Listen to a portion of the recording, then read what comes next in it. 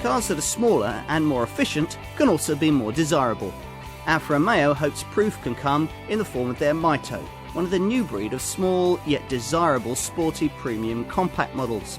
Aimed at the Mini but offering greater practicality, value and high street wow factor, this Italian alternative has been much improved by high-tech multi-air petrol engines and multi-jet 2 diesel units and is attracting a loyal following. It took a long time for us to see a product that properly competed with BMW's Mini. That car proved that European drivers were prepared to pay quite a premium for something three-door and compact, providing it was stylish, sporty and had the right brand cachet. Step forward, Alfa Romeo's Mito.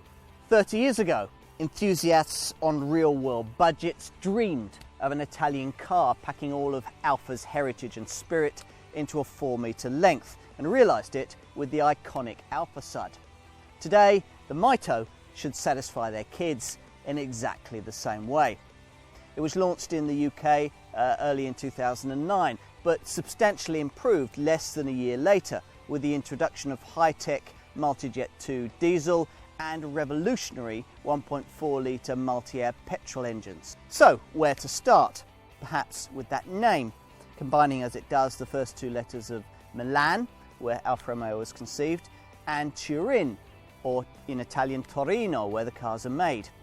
It's also Italian for myth or legend, a nod to the ambitious future the brand has in mind that will see this model leading a charge to almost double its volume to 300,000 cars a year. Yes, this is a lot cheaper than the larger Alfa Romeos we're used to, but it's also still pretty profitable, given that the money to develop it was already spent a few years ago on this model's close cousin, Fiat's Punto. Fortunately for buyers of this Mito, the two cars have a very different feel, thanks to Mito-specific steering, seating, suspension and brakes. The Mito's engines are also tuned differently, and of course there are also those unique looks. So far, so good. So, to what an Alfa should be about, the driving experience. First impressions are good. You sit lower than you would do in the Fiat Punto Evo that shares this car's basic structure and many of its oily bits. But shouldn't an Alfa have its own distinct range of engines? Well, sadly that idea in the modern world makes no sense at this price point, but the Milanese engineers have done a good job with the engines that are available to give them their own sweet sounding, high revving Alfa-like character. This car was launched with a 78 brake horsepower 1.4 litre petrol engine in order to provide an affordable lead-in price point and to make Minis look expensive. But where the Mito range really takes off is where the 1.4 litre multi-air models start, like the one I'm driving here. Now, this really clever engine is one of the things that really takes small cars forward in its remit to provide better performance at the same time as more impressive fuel and CO2 returns. Until recently, the best engineers could do in this respect was just fit a turbocharger to a smaller engine.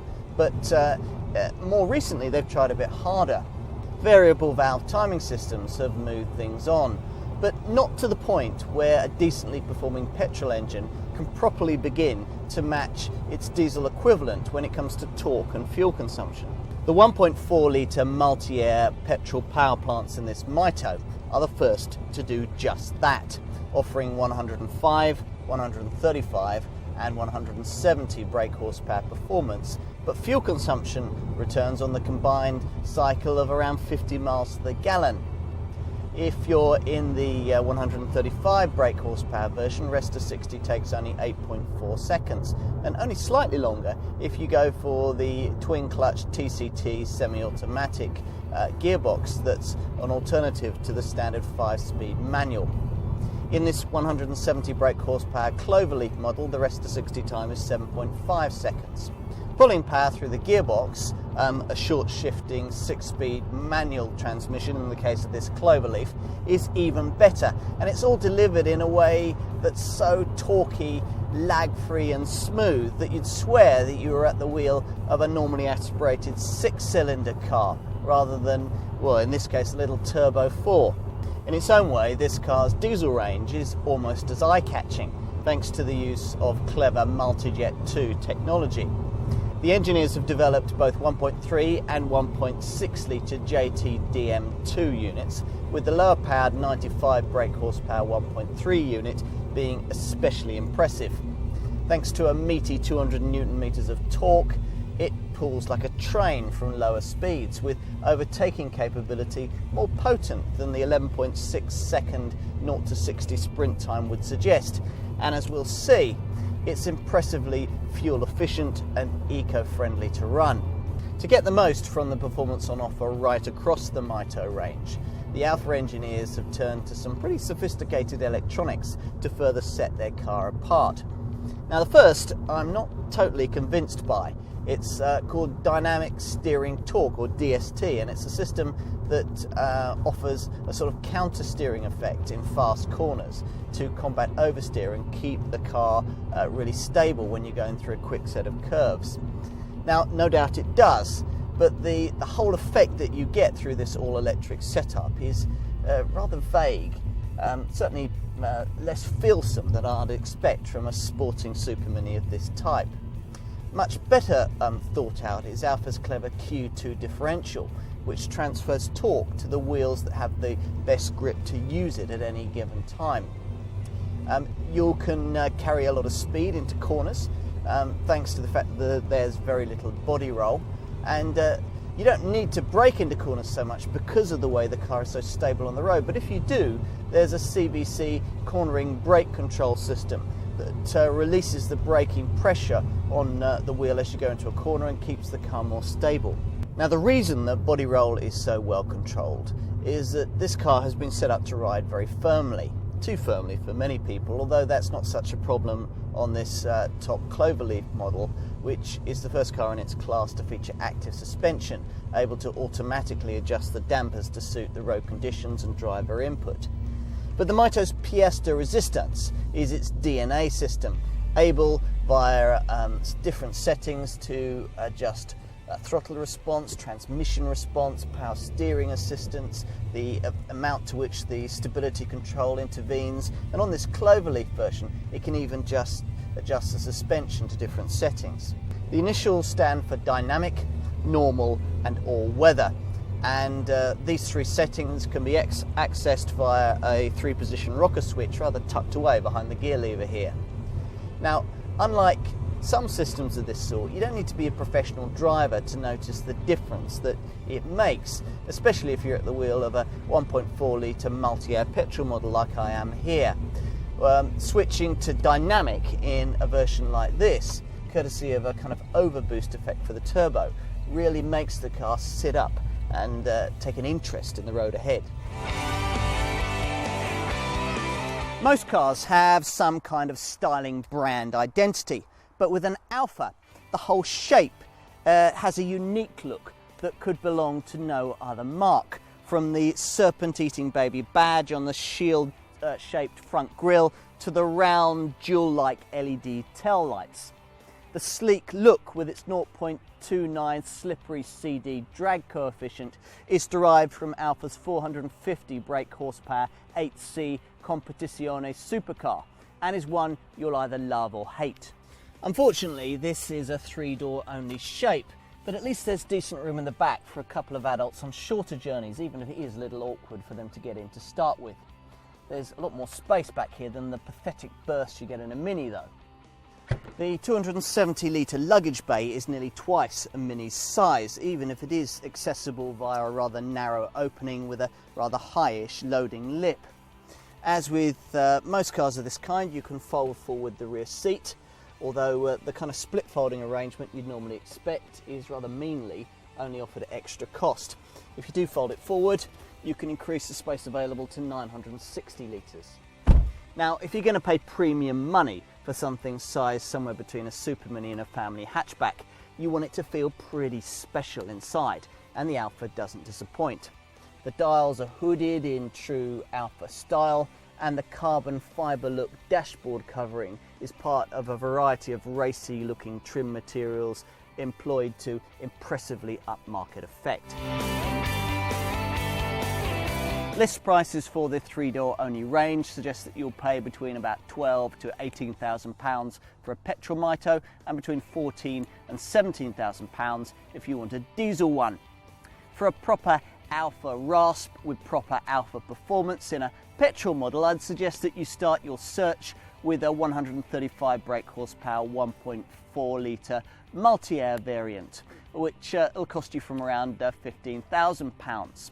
The very slowest and the very fastest Mito models are perhaps slightly cheaper than their Mini counterparts, but in the mid-range, where most sales are made, prices are pretty much comparable Mini to Mito, with the Alfa being even perhaps slightly more expensive to reflect the extra space and technology that's on offer. If you're not into Minis or Mitos, then there are plenty of other warm hatch pretend GTI alternatives, but they don't have quite the same class. All Mitos come with a healthy safety provision that includes 7 airbags, anti-whiplash front head restraints and emergency warning lights that flash under harsh braking. You also get all kinds of electronic driver aids as well as the DNA handling control system. There are anti-lock brakes, of course, with EBD electronic brake force distribution to maximise their effectiveness, and the VDC vehicle dynamic control system, which is a stability setup. Now there's also ASR anti-skid control and CBC cornering brake control that'll help you out if you enter a corner too fast or if it's simply very slippery. Air conditioning is standard, as is a decent quality MP3 compatible CD stereo and electric front windows. Plusher models get nice alloy wheels and the brilliant Microsoft Blue and Me system, which hooks up really nicely to USB sticks, iPods and most mobile phones. Downsizers with a bit of spare cash will be happy to raid the options list for lovely extra cost things like these beautiful leather seats. The Mito's Euro 5 compatible engines are an efficient bunch. One of the reasons being the standard fitment of start and stop technology right across the range, which cuts the engine to save fuel in traffic or when you're at the lights. Now, this is just one of the reasons why on multi-air petrol models NOx emissions are down by a whopping 60%. But the star performer from an eco and a fuel-friendly point of view is predictably the 1.3 litre JT-DM2 diesel, which manages 65.7 miles to the gallon on the combined cycle and puts out just 112 grams per kilometre of CO2. The feisty 135 brake horsepower 1.4 litre multi-air petrol model will manage 50.4 miles to the gallon on the combined cycle and put out 129 grams per kilometre of CO2. Pretty impressive showing given the performance potential on offer. A gear shift indicator telling you when to change up should help everyday drivers get somewhere near those kind of figures on a regular basis. And insurance? Well, unless you want something more potent than the 1.4 litre 135 brake horsepower multi-air model, you're looking at a grouping of between 8 and 18 on the 1 to 50 grouping scale. Residual values should be better than most mainstream rivals. As ideal for those who simply prioritise style and performance in a compact practical package, as it is for dyed-in-the-wool Alfisti enthusiasts, the Mito appears to have all the ingredients it needs to succeed, especially since the introduction of clever multi-air and multi-jet 2 petrol and diesel engines. These impressive power plants have arrived at the right time, with the market for trendy small cars continuing to take off, a sector in which this baby Alfa looks perfectly placed to capitalise. It's taken the Milanese Mark 30 years to produce a model like this. Many will feel it's been worth the wait.